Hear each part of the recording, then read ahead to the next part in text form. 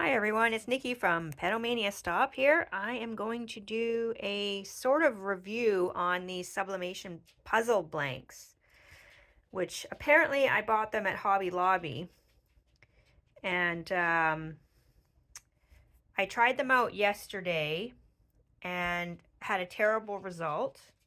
So I'm going to do attempt number 2 because I did a little bit more research and I may have done one thing wrong that may have affected the results. So this is the way this one turned out. Not that great. The picture itself looked like that. And it just printed like, I don't know, it's just, it'd be really hard to do this puzzle because it basically looks like the whole thing is just red. Like even the upper part turned out red. So I have done a lot of sublimation now. I have a sublimation printer. Usually I don't have any problems with it. If you check out my videos, I did a whole ICC profile test where I tried all these different ICC profiles until I got one that worked the best and printed accurately. So I don't think it's my printer.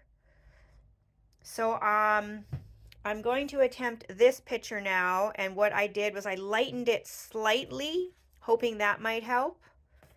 I have the print here, and I'm going to try it. Now, what I didn't do last time was I forgot to do a little preheat of the puzzle before tacking this down to remove any moisture. So, I mean, these are all sealed in plastic, so I wasn't expecting there to be any moisture, but this time I will do a pre-press. And I'm also going to, I looked everywhere and couldn't find any instructions for this, so I went to Sublimation Cookbook by Jennifer Maker, and I think I did 375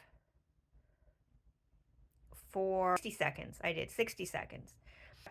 But then all of a sudden on the back of this box, I discovered it does say some instructions. It says to try 400 for 50 seconds. So I'm going to try that. And I'm also going to try the pre-press and see if it's worth doing these puzzles. Because so far, my first one, it's not worth it. All right, so let me preheat this and then I'll see you in a minute. Okay, so I've put an extra layer of stuff on my heat press just to make it a little higher because I don't want to actually press down on the puzzle for the preheat. I'm just going under there and gonna let it sit for 10 seconds to try and remove any moisture. This is what Angie Holden recommended in her demonstration. Okay, so another recommendation is to take the piece of cardboard that comes with the puzzle. This is going here. My image is going to go like this. And first of all, I want to position this approximately where I want it. Probably like this. It's interesting. It seems like it's a little bit short on one side, but I got lots for length. Okay. Now the whole reason behind putting this piece of cardboard here is that when you tape this down, you don't want the tape might rip the back of this puzzle. Like it's not very, looks like it can rip. So you put this here, and then when you tape it down, unfortunately, like I said, it's just a teeny bit too small. So I might still be getting the side of my puzzle a little bit here.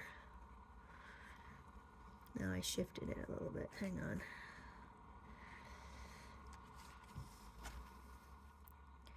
So yeah, the idea behind this is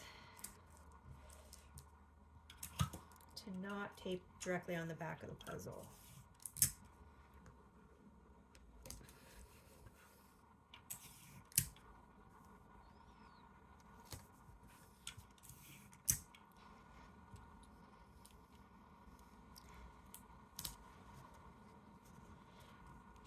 Okay, now I'm gonna put this on the heat press. Let's see if I can angle this up a little bit. My camera here. Okay, there. Flip it over.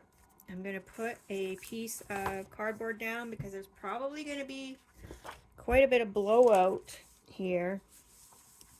Not quite a bit, but there's a little extras here, so I have to protect my mat.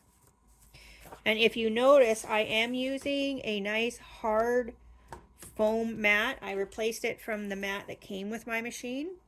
This is the HTV Ront heat press. So put that there. This goes face up. All right. Piece of butcher paper.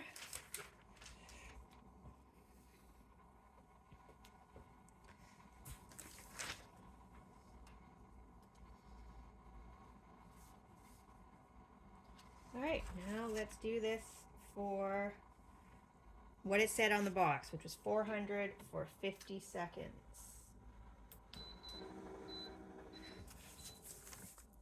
All right, I'll let that continue, and then I will pull it off the machine, and we will see if we got a better result than this other puzzle, which was terrible.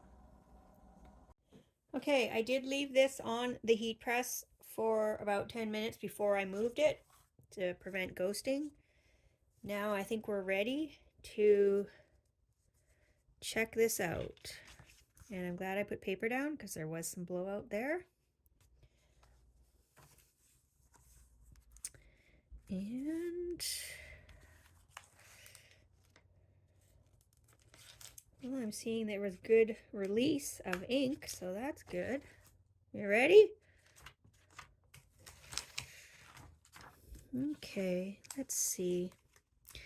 Definitely much better. I would say that this is a lot better. So, well, anyways, there you go. This was, I guess, kind of a review of these sublimation blanks that I purchased at Hobby Lobby. You know, obviously there's a lot of puzzle blanks out there, so maybe some other ones will be a little bit better. But again, this was done at 400 for 50 seconds. I think if I decide to give this a shot a third time, I am going to up it to maybe 60 seconds because I feel like in here, some of it wasn't sublimated well. All right, everyone. Take care.